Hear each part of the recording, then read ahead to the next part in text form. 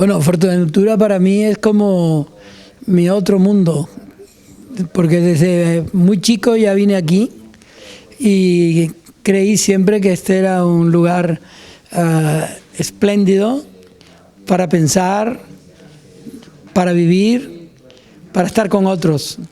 Que hoy yo sea parte de lo que los otros quieran escuchar es para mí una enorme satisfacción y una alegría.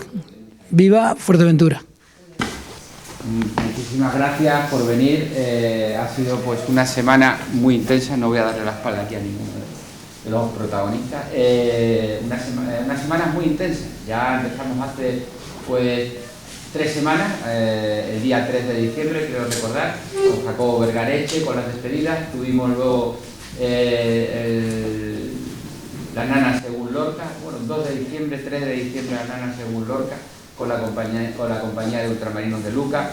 Luego tuvimos a Juan Manuel de Prada, también tuvimos a Puerto Poesía.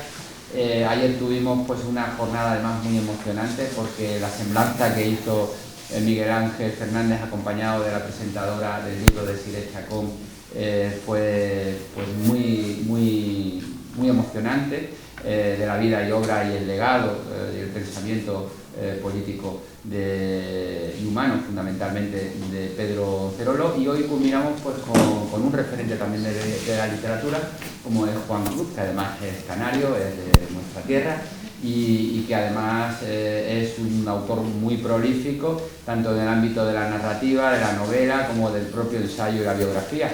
Y hoy pues nos trae pues su última obra, que es Secreto y Pasión de la literatura, con los escritores en primera persona de Borges Almudena Grande. Estoy convencido que va a ser una presentación de esta obra maravillosa. Tenemos a Javier Tendero, que la va a presentar, y por tanto yo creo que va a ser una noche fantástica, una tarde-noche fantástica. Muchas gracias por estar aquí, muchas gracias a ustedes. Creo que todos estos días pues han sido un coral de voces, de literatura, de arte, de teatro, muy plural, muy diverso, y yo creo que eso hace que la Casa de la Cultura sea la casa de todos, ¿no? Donde quepan todas las voces desde el respeto y sobre todo desde ese respeto a los derechos humanos y fundamentalmente ese elogio de la cultura. Muchísimas gracias. Gracias. Bueno, buenas tardes a todas y a todos. Aquí estamos con Juan Cruz. Yo creo que lo conocen todos ustedes. Pocas cosas se pueden decir. Yo he escrito una introducción tras leer este libro de Secreto y Pasión de la literatura, que ya puedo decir que me ha atrapado. Lo cogí y en apenas día y medio, 2 días me lo devoré, porque además es apasionante la manera en la que habla de todos estos encuentros con escritores. Pero voy a leer esta pequeña introducción. Juan Cruz ha pasado su vida en el lugar donde nacen las palabras antes de convertirse en libros. Las redacciones, las editoriales, las conversaciones largas que no siempre dejan rastro escrito. Periodista desde muy joven, fue una de las voces fundamentales del país en sus años decisivos, editor en Alfaguara, acompañó el nacimiento y la consolidación de algunas de las obras más importantes de la literatura en español, escritor, ha hecho de la memoria, la lectura y la conversación una forma de escritura. Pero más allá de los cargos y los premios, Juan Cruz es alguien que ha estado ahí, escuchando, preguntando, compartiendo tiempo con los escritores cuando todavía no eran monumentos, cuando seguían siendo personas que dudaban frente a una página en blanco. Este libro nace precisamente de esa cercanía. Hay libros que se escriben para explicar la literatura, y yo creo que otros, como este, más raros, lo que hacen es recordar la literatura. Secreto y Pasión de la literatura pertenece a esa segunda estirpe, la de los libros que no definen, sino que evocan, que no juzgan, sino que acompañan, que no hablan desde el púlpito, sino que desde la mesa compartida, el café, el hotel, la redacción, la conversación que se alarga cuando ya nadie mira el reloj. Este no es un libro sobre escritores, es un libro con escritores. Y a lo largo de estas páginas, Juan Cruz convoca voces que forman parte de la historia más cercana de la literatura en español. Me pongo nervioso, porque la lista de nombres impone. Borges, García Márquez, Vargas Llosa, Almudena Grandes, Cristina Fernández Cubas, Leonardo Padura, entre otros, entre muchos otros. Lo importante no es la nómina, sino el modo. Aquí no hay estatuas ni retratos solemnes, hay presencias. Lo que el lector encuentra es la literatura en su estado más humano, hecha de dudas, ironía, entusiasmo, fragilidad, pasión. Escritores cansados y brillantes, generosos, contradictorios, conscientes de que escribir es a menudo una forma de exponerse. El libro avanza como avanza la memoria, sin obedecer a un orden rígido, creo que en eso me dará la razón, dejando que una escena lleve a otra, que una anécdota se convierta en reflexión, que una conversación ilumine una época. Escribe un poco Juan Cruz como quien abre un cajón, saca con cuidado papeles, fotografías, recuerdos que no quiere que se pierdan. Voy a hablar de uno de los episodios que yo creo que mejor condensa el espíritu del libro, que es el encuentro con Jorge Luis Borges en el Hotel Palace de Madrid. No es una entrevista, es un acompañamiento, que además se produce de forma muy curiosa. Piden que les acompañe por Madrid, ¿no? Él tampoco sabe muy bien hacia dónde van a ir y demás. Es ciego. Ciego, confía plenamente, apoyado en su bastón, como si fuera una prolongación de su pensamiento. Y a mí me gusta esa parte en la que te acaba pidiendo, ¿no?, que apaguen la luz al salir, porque nadie la va a ver. Y en esa frase mínima, ¿no?, ya cabe toda esa forma poética, ¿no?, de Borges, ¿no? Yo creo que por ese tipo de cosas, ¿no?, Secreto y Pasión de la literatura no busca fijar verdades definitivas, ni cerrar interpretaciones, busca conservar el tono, esa voz, esa manera de estar en el mundo, ese secreto de lo que ocurre fuera de foco, ¿no? Y bueno, es un libro atravesado también por el tiempo, ¿no? Porque muchos de los escritores ya no están con nosotros, sin embargo siguen hablando de alguna manera, ¿no? Sigue estando su voz permanente, siguen discutiendo, acompañándonos, y la memoria ya no es nostalgia, es resistencia. Yo antes de hablar, de dar la voz al autor, también me gustaría decir, y ahora me va a dar la razón también, que Susan Sontag también aparece en el libro. y si les parece, pues ya dejamos a Juan Cruz que nos siga contando sobre este libro tan apasionante, y ahora le haré algunas preguntillas acerca de él. Bueno, estoy conmovido. Me parece que has leído con mucha generosidad lo que yo he escrito sobre estas personas. Porque a mí me gusta mucho la palabra personas, porque no es un libro sobre literatos, sino las personas que encarnan esos literatos, ¿no? Y son gente a los que yo he conocido no con el propósito de exponerlos, sino que yo los he conocido trabajando con ellos. En el caso de algunos de ellos, por ejemplo Vargas Llosa, yo fui su editor. Eso, antes de ser él editado por mí, yo le había hecho muchas entrevistas, ¿no? Tanto en España como en el extranjero. Yo he escrito un libro con sus entrevistas, por ejemplo, en Italia. Yo conocí a Semprún y fui amigo suyo. Y eso incluyó luego hacerle preguntas y entrevistas, etc. Yo he conocido a Gabriel García Márquez desde muy temprano. Cuando fui a Barcelona, recomendado por Domingo Pérez-Minic, nuestro gran escritor y crítico literario, y entonces yo fui a verle a su casa. Y él todavía no había publicado 100 años de soledad. Y en ese momento yo le hablaba, por así decirlo, de tú. Es decir, casi todos los escritores que aparecen aquí del pasado, otros son del presente, del pasado, terminaron siendo amigos míos. A mí no me gusta ser amigo mientras escribo o pregunto,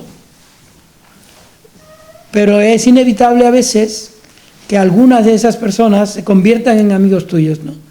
Entonces, para mí, este libro es quizá, desde el punto de vista de mi relación con las personas, el mejor de los que yo he hecho. En este libro, a mí, una vez que lo está leyendo uno, tiene la sensación de que es una especie de lucha contra el olvido constante. ¿En algún momento sintió que esas historias ya no podían quedarse solo en la memoria y necesitaban plasmarse en negro sobre blanco en el libro? Uno nunca sabe cuándo va a escribir. Depende del estado de ánimo, ¿no? Y este libro viene de un estado de ánimo, que es ¿por qué no se lo cuento a la gente, ¿no? ¿Por qué no hago que las personas que pueden tener interés en saber cómo era Gabo, y no con los lugares comunes que lo circundan, o por ejemplo Vargas Llosa, o por ejemplo Semprún, o por ejemplo tanta gente que está aquí, Luis Landero, Susan Sontag. Susan Sontag, por ejemplo, es un personaje muy controvertido y muy difícil. Entonces, contar que una persona es difícil requiere también generosidad, porque si tú dices que es difícil y punto, ignoras por qué razones ella llegó a ser, por ejemplo, antipática, ¿no? Es decir, los seres humanos están aquí, no son seres de espejo, son seres humanos, de los que yo he tomado notas a lo largo de mi vida, como si estuviera escribiendo de mis amigos de la infancia. Bueno, es que al final la sensación que se lleva uno cuando va leyendo el libro es que son todos esos personajes pasados por la vivencia de Juan Cruz. Sí. Claro, no es querer hacer un retrato, es simplemente contar lo que pasaba y el hecho vivencial, ¿no? De estar conviviendo con ellos. ¿Sabes qué pasa? Que cuando yo era un muchacho de 11 años, ya yo escribía daguerrotipos sobre personajes. Escuchaba la radio y apuntaba cosas. Luego escribí mi primer artículo para la prensa deportiva, en ese caso, cuando tenía 13 años. A lo largo de mi vida yo he estado siempre tratando de contar. Y eso tiene un secreto que tampoco es tanto, ¿no? Resulta que al ser yo un chico asmático crónico, yo no podía salir de mi casa porque entonces el asma tenía unas consecuencias muy dolorosas para mi familia y para mí, evidentemente. Pero entonces yo escribía todos los días, escribía algo como si yo estuviera necesitándolo para mi propia salud. Entonces tuve muchos ataques muy duros y mi madre me cuidaba como si yo fuera de cristal, hasta que un día se dio cuenta de que quizá no me tenía que tratar como si fuera de cristal, sino como si fuera uno cualquiera. Y entonces cuando ya yo me fui al instituto de La Laguna, ya ella se dio cuenta de que no podía estar todo el día diciéndome, Juanillo, ¿cómo estás? Porque ya tenía que ser por teléfono. Y ese Juanillo, pues soy yo ahora. A lo largo del libro, la literatura aparece como conversación. Hay mucha conversación sobre literatura, como encuentro. ¿Cree que hoy seguimos entendiendo la literatura como un diálogo vivo? ¿O la hemos vuelto demasiado solitaria, demasiado de cara adentro, ¿no? Y ya no compartimos tanto? A mí lo que me preocupa de la literatura es que sea mala. Y ahora hay mucha tentación para que la literatura no sea interesante. Porque se escribe muchísimo para que el público compre los libros.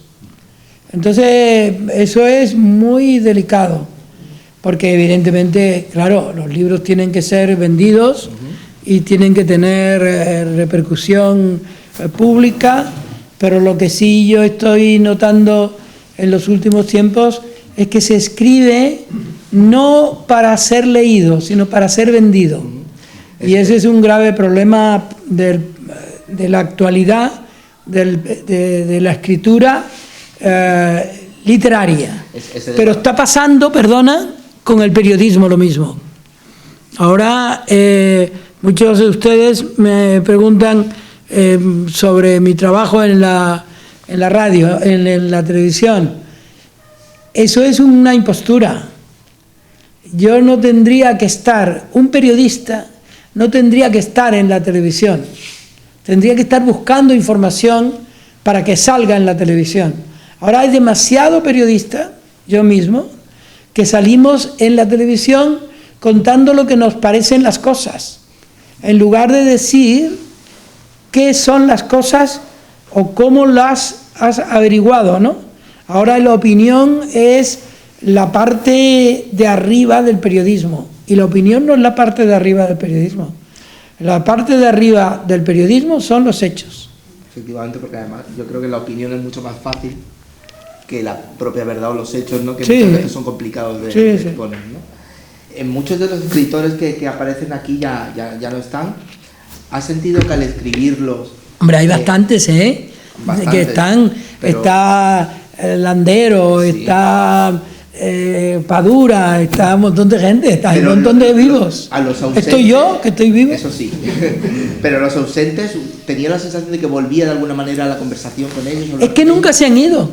O sea, si tú ahora lees, por ejemplo, La escritura o la vida, de Semprún, que es un libro extraordinario, que tiene que ver con la guerra mundial y el campo de concentración. Tú lees ese libro y estarás leyendo de una manera u otra lo que está pasando ahora en Centro Europa y lo que puede pasar en Estados Unidos. Es decir, ahora mismo en el mundo casi todo lo que ocurrió con Hitler, de otra manera, se está asomando la patita. En España también, porque ahora la chita callando, hay un montón de gente hablando de que esta es una dictadura. Tú dices, pero bueno, si fuera una dictadura, ¿qué sabrá la gente lo que es una dictadura? La dictadura es una cosa muy grave y muy seria. Nosotros tuvimos una dictadura de muchos años y esa dictadura metió a la gente en la cárcel, mató a gente después de la guerra, no fue durante la guerra tan solo. Entonces, yo sí creo que este es un tiempo en que los periodistas tenemos que pensar en lo que se está haciendo sobre nuestro oficio. Entre todos los recuerdos que atraviesa el libro, ¿cuál es el que le produce o al que le tiene más cariño, de alguna manera? Bueno, yo tengo mucho cariño al último capítulo, que es un homenaje a Beatriz de Moura.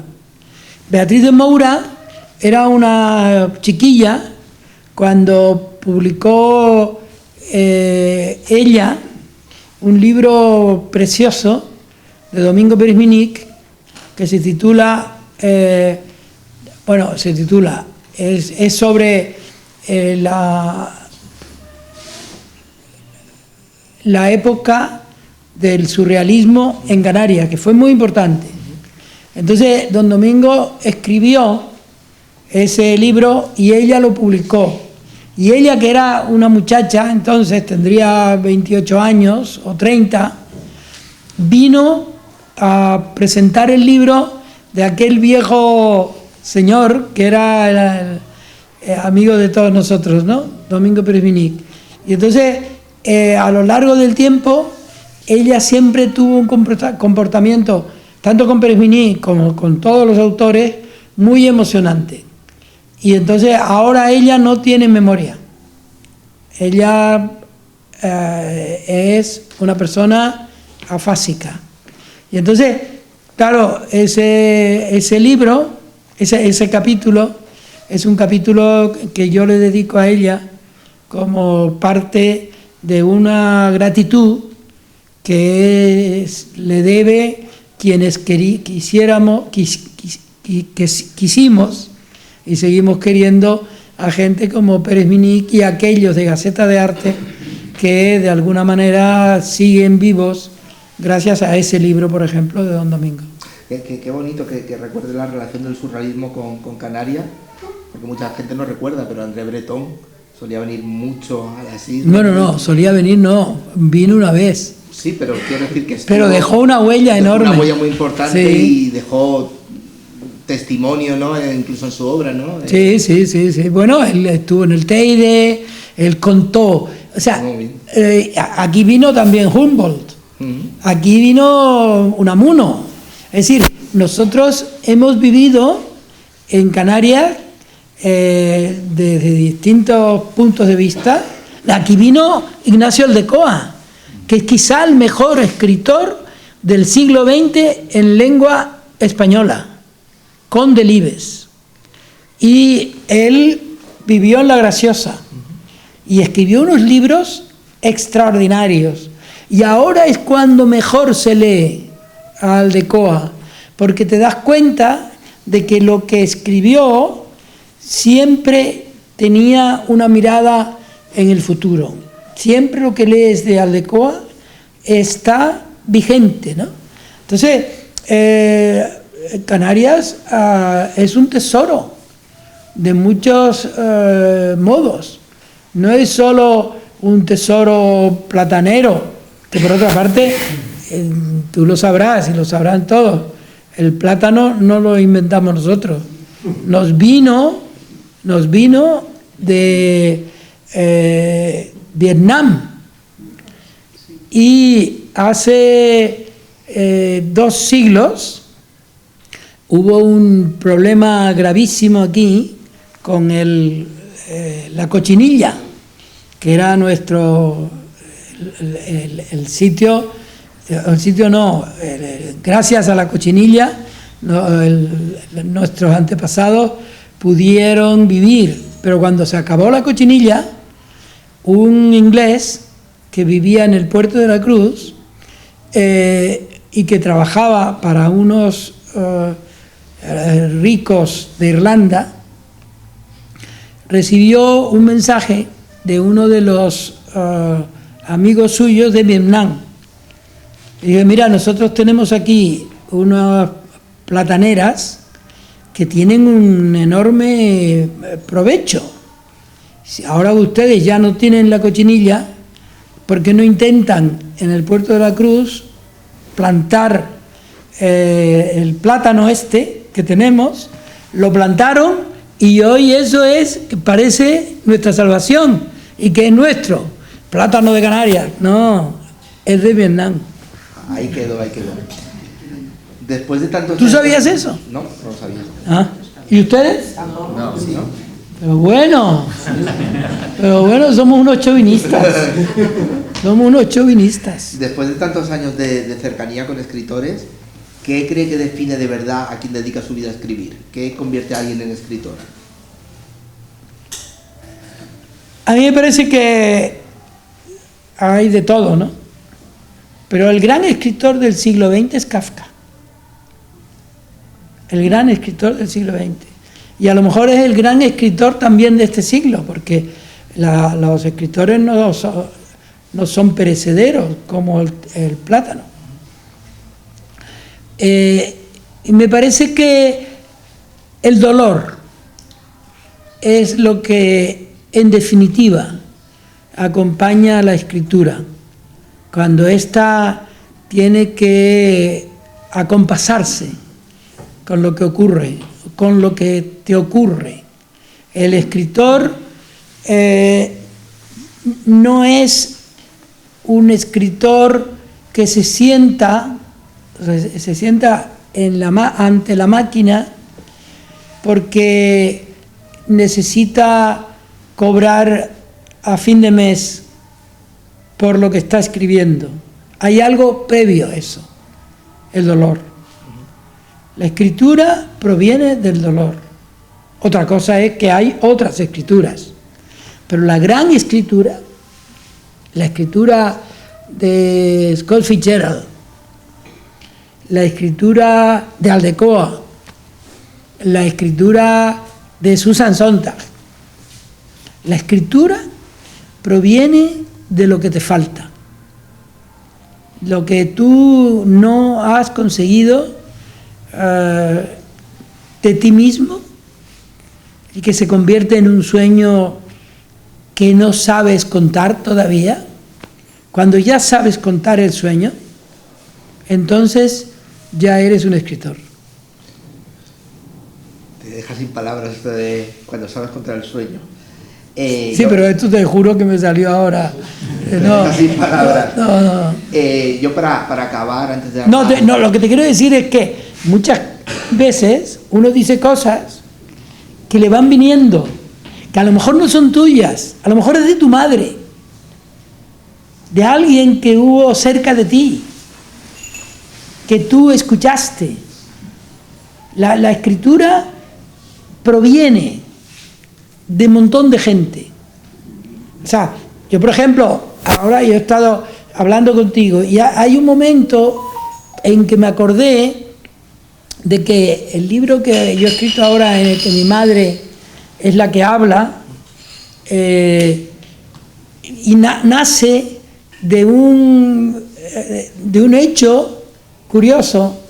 Cuando yo era chico, o bueno, jovencito, le entrevisté precisamente a Susan Sontag. Yo tendría 22 años, 23. Y entonces estaba en Madrid, la entrevisté para El País. Y cuando llegué a mi casa, a la casa de mi madre, fui con mi hija, que tenía entonces 3, 4 años. Y yo había grabado eso en una cinta magnetofónica.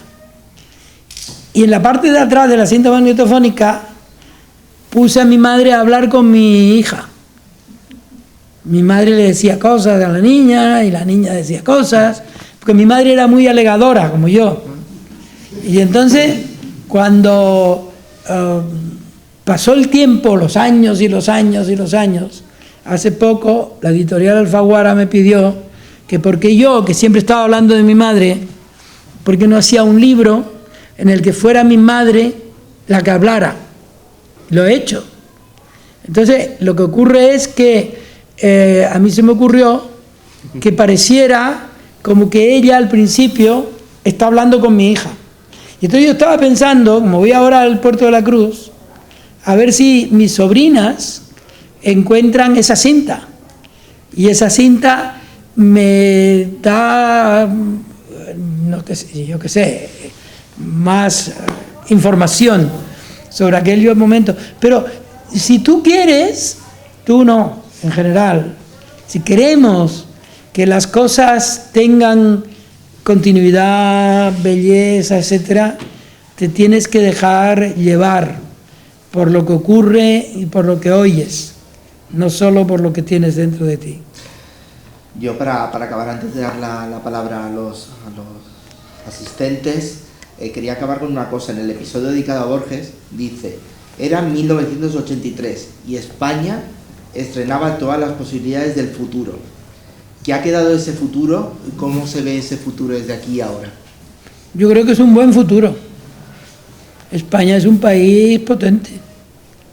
Es un país que tiene unas escuelas públicas muy bien puestas. Es un país que genera discusiones saludables.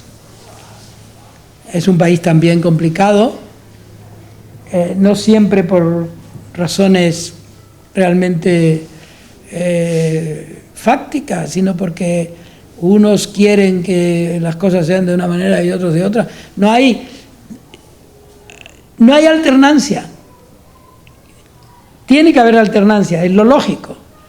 Pero yo recuerdo que cuando las últimas elecciones, desde el primer día en que hubo las últimas elecciones, era ilegítimo, el gobierno era ilegítimo. Yo creo que un poco de sosiego y un poco de tranquilidad para poner las cosas en su sitio y no causar la sensación, porque ahora fíjate tú lo que está pasando, pues las cosas que se dicen contra el gobierno, contra lo que sea, y se dice que hay una dictadura. ¿Tú sabes lo que es una dictadura? ¿Tú no la has vivido? No, Yo sí, yo la viví. La dictadura es una cosa muy grave y que te meten en la cárcel y tú no sabes por qué y no hay juicios. Yo lo viví, yo estuve no en una cárcel, pero estuve amenazado de estar en una cárcel por nada, porque yo le había hecho una foto a un cartero y estaba prohibido hacerle fotos a los carteros.